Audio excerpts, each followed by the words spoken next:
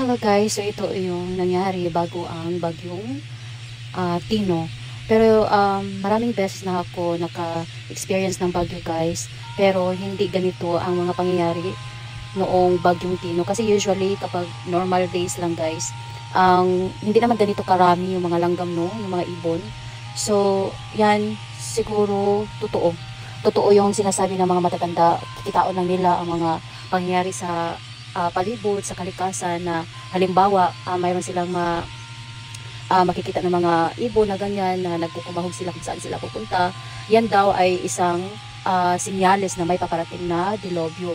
So yan, that day before that Tino guys, and then the usual because every day yan pupunta ako dyan every morning kasi kukuha ako ng tuwalya ko dyan bago maligo. So every 5 AM to 6 kukuha ako ng tuwalya doon.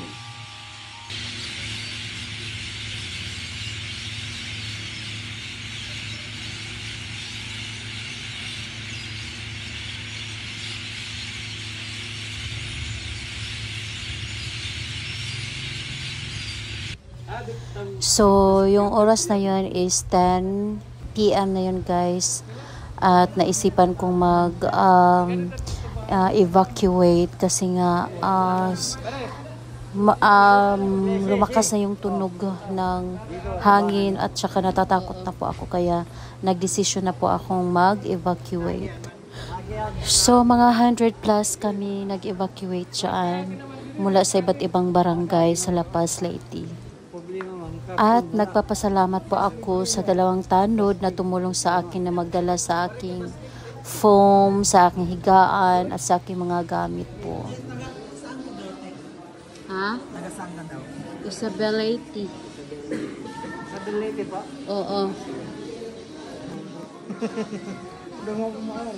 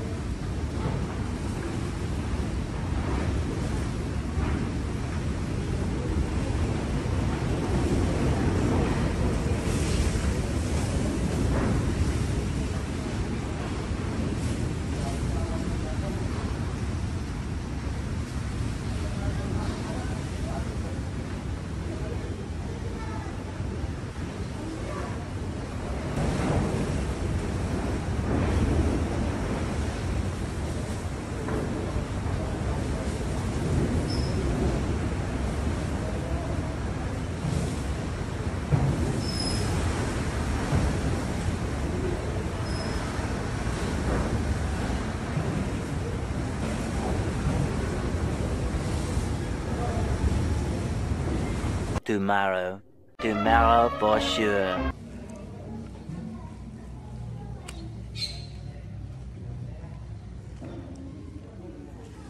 Ano to? Styrofoam? Yung mga styrofoam ngayon.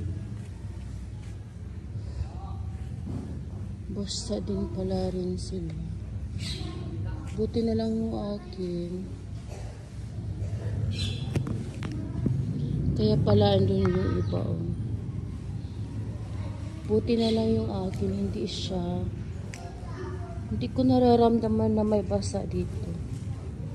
Ito yung akin,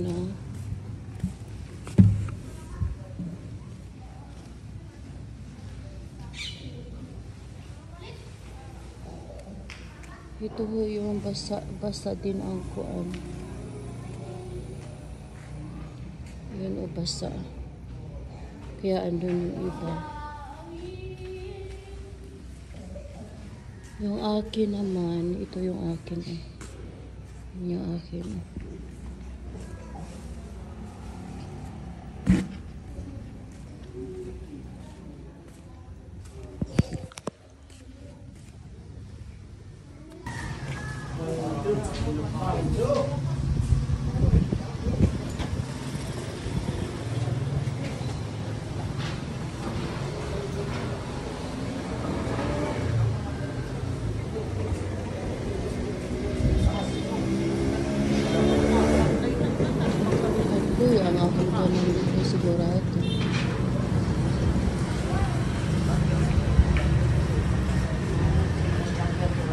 Diyan po kami naka-evacuate.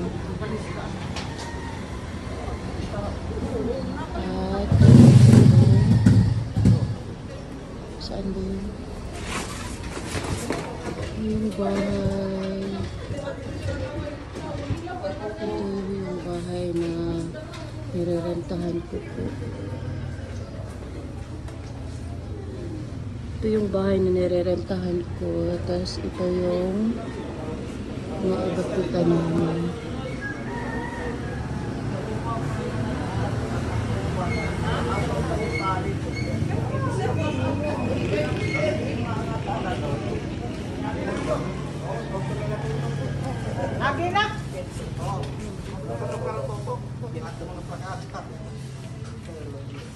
Nabutan mo pa. Jordan.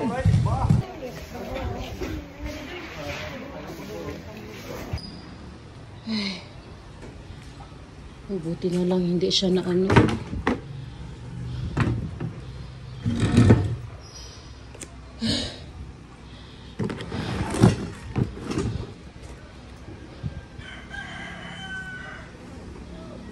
Saan to galing ang mga to? Nalupad yun sila, guys. Ay, delikado.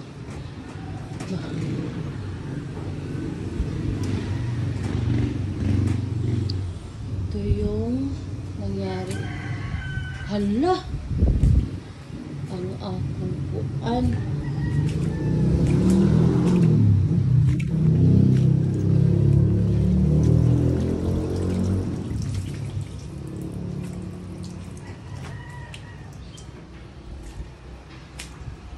Yan po, aftermath ng bagyo. Doon ako nagtown kagabi, pero pinapapunta ako doon. Pinapapunta ako doon kasi yun ang designated area for evacuation. Wala, basang-basa gihapon oy kay napuan man, pero sige lang. SIM o natanggal. SIM. Talaga yan, guys. Damage ng kuwan. Bagyo.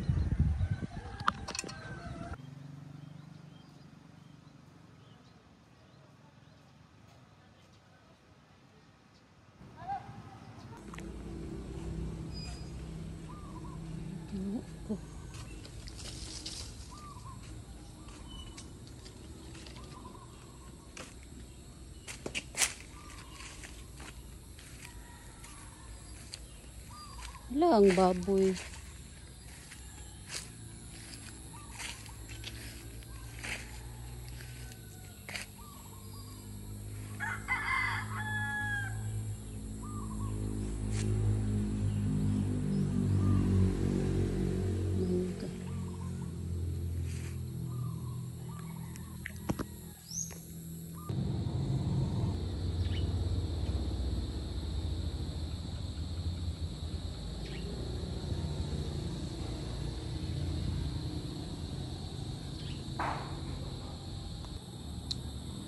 Okay na ang front. Limpyo na ang front.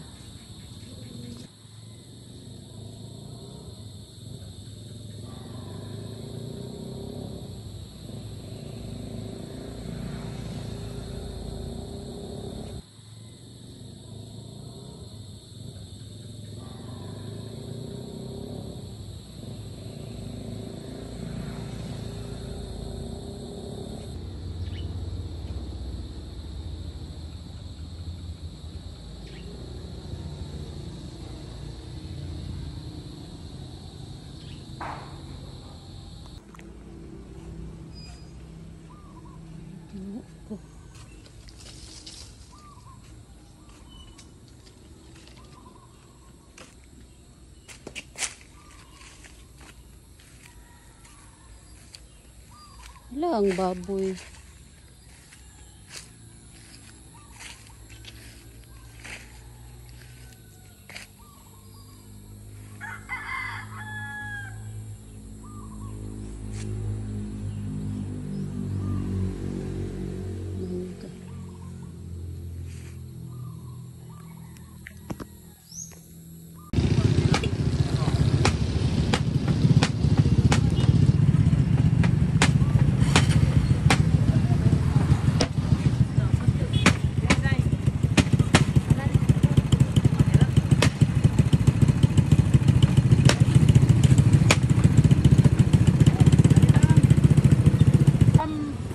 slam charger naglubat.